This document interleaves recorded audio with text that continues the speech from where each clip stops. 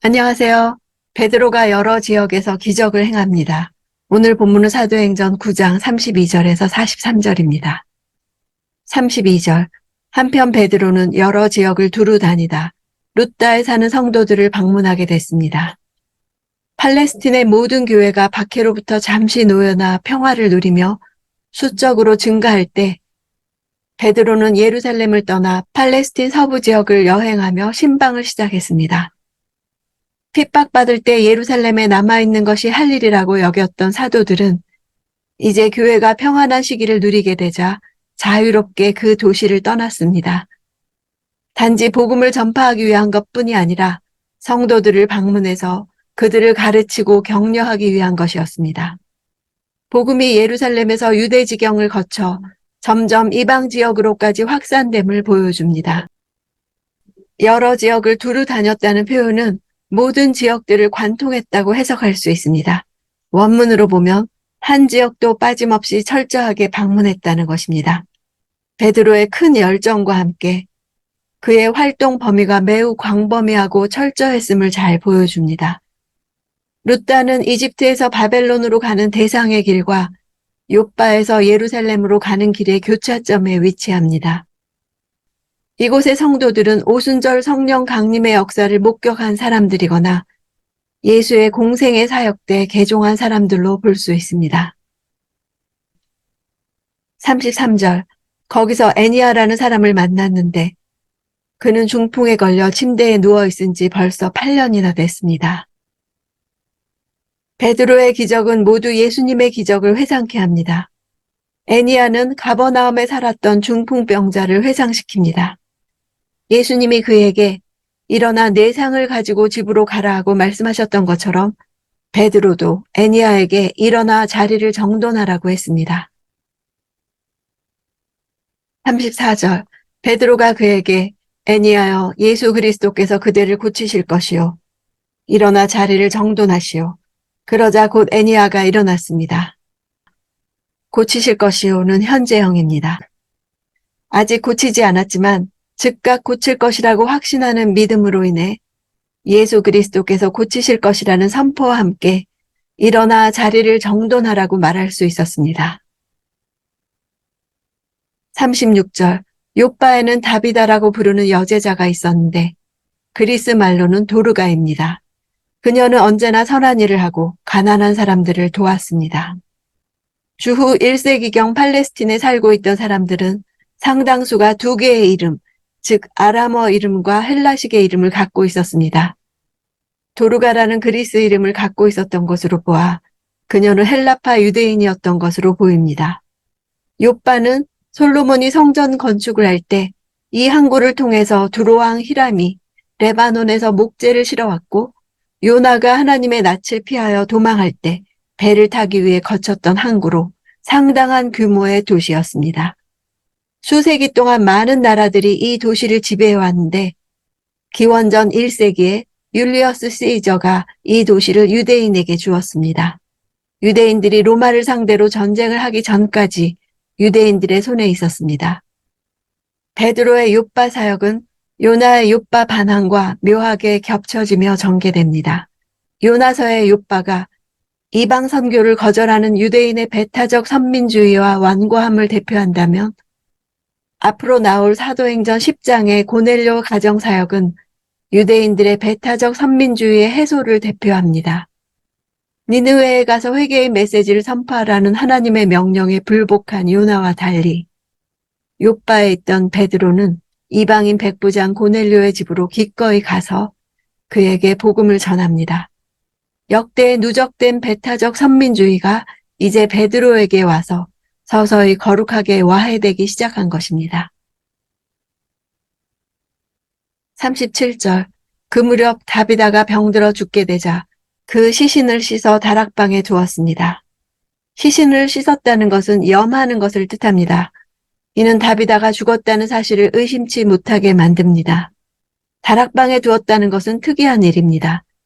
아마 다락에서 죽은 사람을 살린 구약의 선지자의 일을 기억한 사람들이 헌신적이었던 그녀에게 하나님의 특별한 은혜가 내려질 것으로 믿고 둔 것으로 추정할 수 있습니다.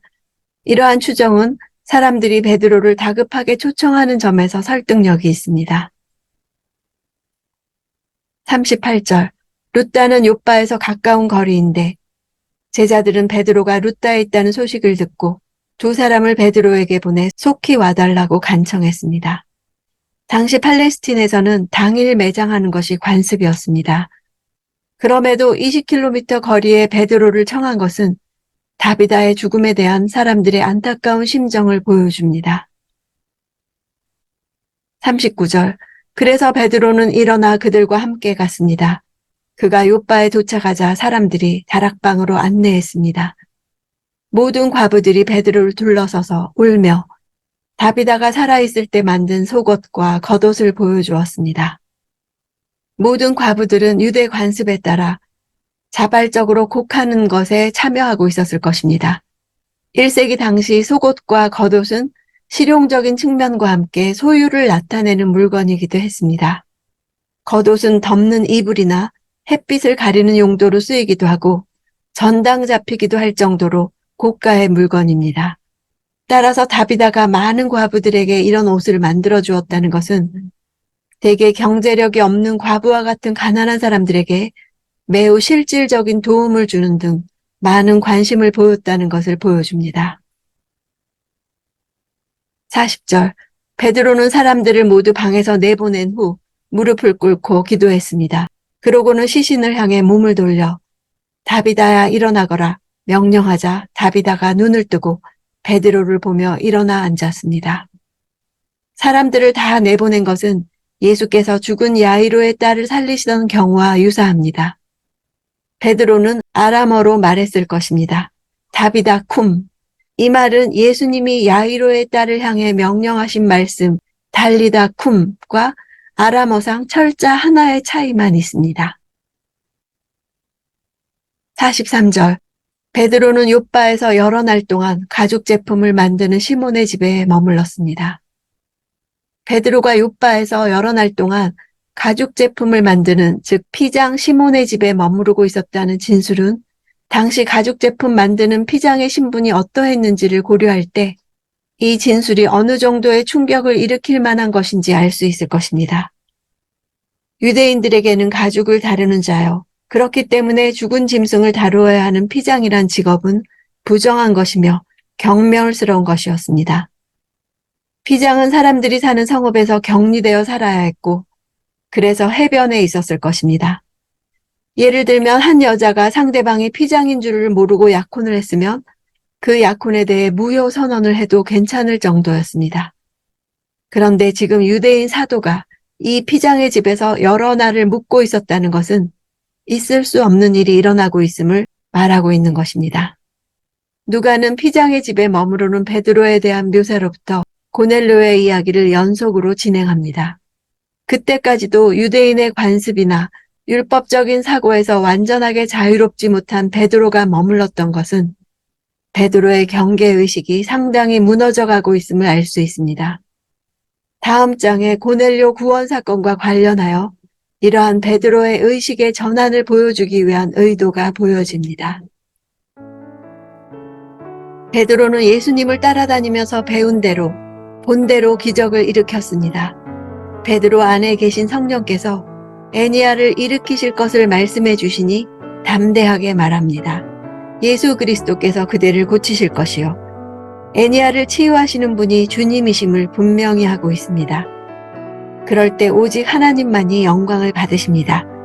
인간적인 과시나 연기 같은 것은 없었고 예수 그리스도의 능력만 온전히 나타나는 것입니다. 그럴 때 모든 사람들이 그를 보고 주께로 돌아왔습니다. 예수님과 함께했던 시간은 결코 헛되지 않습니다. 성령님이 내 안에서 말씀하시는 것을 들을 수 있는 것도 예수님과 친밀하게 교제한 결과입니다. 내 안에 성령님으로부터 확신이 왔을 때 그 사실을 그대로 믿고 순종하기 원합니다. 그것이 믿음입니다. 믿음에는 하나님의 말씀이 있습니다. 오늘 말씀을 보다가 기도하다가 성령님이 말씀하시는 것을 예민하게 듣는 귀가 열리길 원합니다. 그것이 바로 사도행전이요 성령행전입니다.